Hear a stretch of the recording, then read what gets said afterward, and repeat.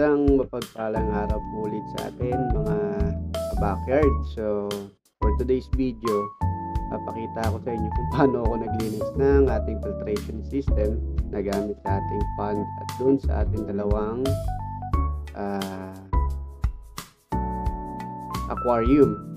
So, explain ko muna sa inyo kung paano nagalang yung ating filtration system. So, nakikita nyo dito, so itong hose na to magaling dun sa unang tank natin na nasa kanan, ihigupin niya yung tubig dun sa kanan papunta dun sa kaliwang tank, dun sa pangalawa.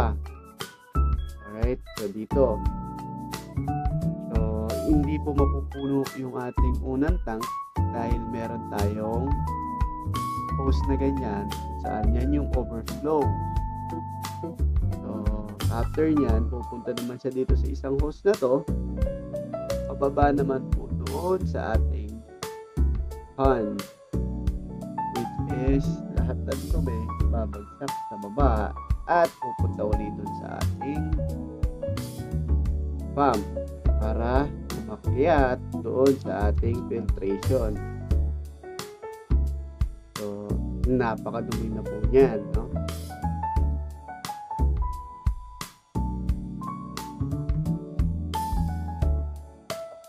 So, dito po, pinatay ko muna yung ating pump kasi dapat madrain natin yung ating mga galon o yung ating filtration para hindi siya ganong kabigatan. And sa part naman po na ito, akin pong inirekta na yung ating source ng tubig para dun sa ating mga aquarium dito sa taas para hindi po sila mawalan ng oxygen.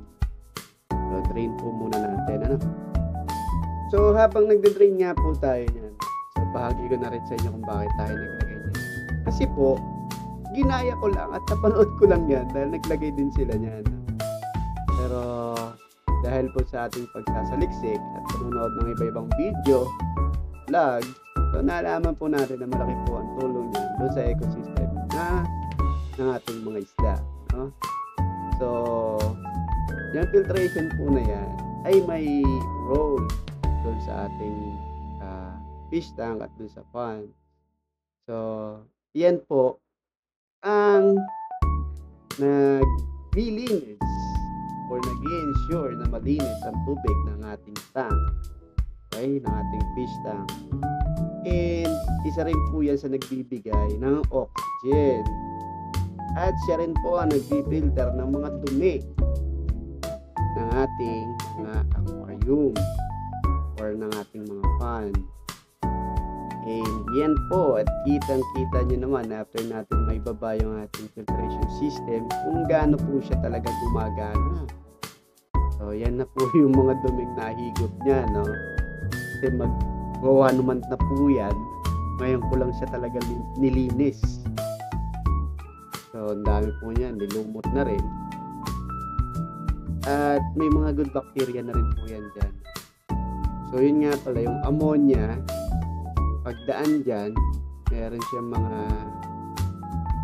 filtration. Kumbaga meron tayong nilagay na bato, na foam na galing dun sa ating unan, na kung saan po, doon po namamahay ang mga good bacteria.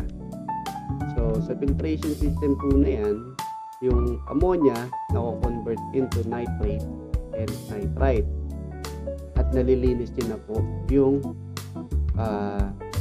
ating ecosystem para sa ating mga alagang isda.